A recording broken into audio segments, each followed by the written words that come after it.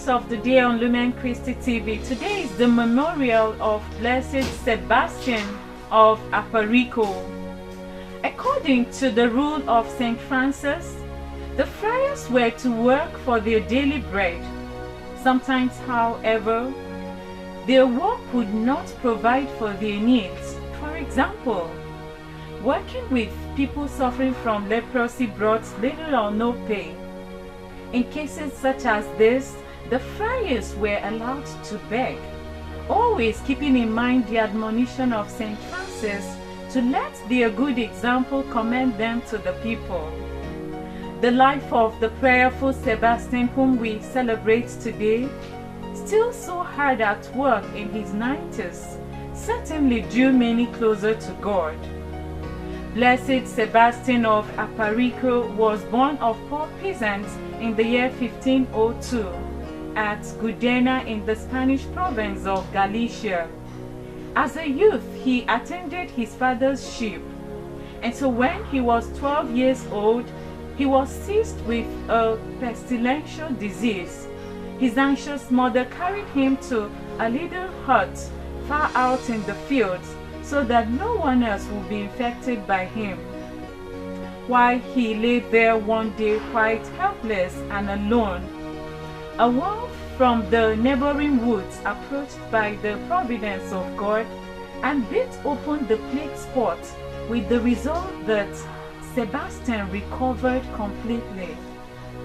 When he arrived at young manhood, Blessed Sebastien left home to look for work among strangers in order to support his poor parents and of course his brothers and sisters.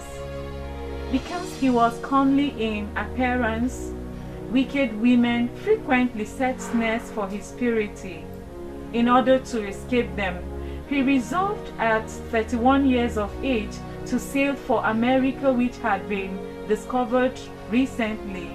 On that voyage, he had to endure much ridicule from the sailors and his fellow passengers because of his piety and reserve. Arriving safely at Puebla in Mexico, he at once resumed work in the fields. Also, he made plows and wagons which were until then unknown to the half-civilized inhabitants, and taught them how to use this. With his team, he plowed the fields of as many of the people as possible, never asking any compensation. He also built roads through the forests and mountains to the cities and seaports, making it easier to transport their produce. The main highway that to this day connects the mountain city of Zacatecas with the capital of Mexico was his work. In time, Sebastien was a wealthy farmer and rancher. At the age of 60, he entered a virginal marriage. His wife's motivation may have been a large inheritance. His was to provide a respectable life for a girl without even a modest marriage dowry. When his first wife died, he entered another virginal marriage for the same reason. His second wife also died young. Sebastien worked day and night without complaining and in union with Christ his Redeemer. As a result, the images of this venerable old man and his large cat have remained inseparably linked in the history and traditions of the city of Puebla. He died in the year 1600 at the advanced age of 98. At the age of 72, Sebastien distributed his goods among the poor and entered the Franciscan as a brother. He was assigned to the large 100-member friary at Puebla de Los Angeles, South Mexico City. Sebastien went out collecting alms for the friars for the next 25 years. His charity to all earned him the nickname Angel of Mexico.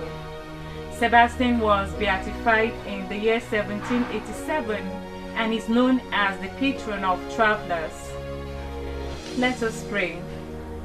Oh God, you were so pleased to give us Blessed Sebastien as a model and example of Christian charity. by sanctifying the activities of his daily life. Through his intercession, enable us to serve you ever with a pure heart in all the circumstances of our lives. Amen. Thanks for staying with us. It's been Saints of the Day on Lumen Christi TV. Upon a tree.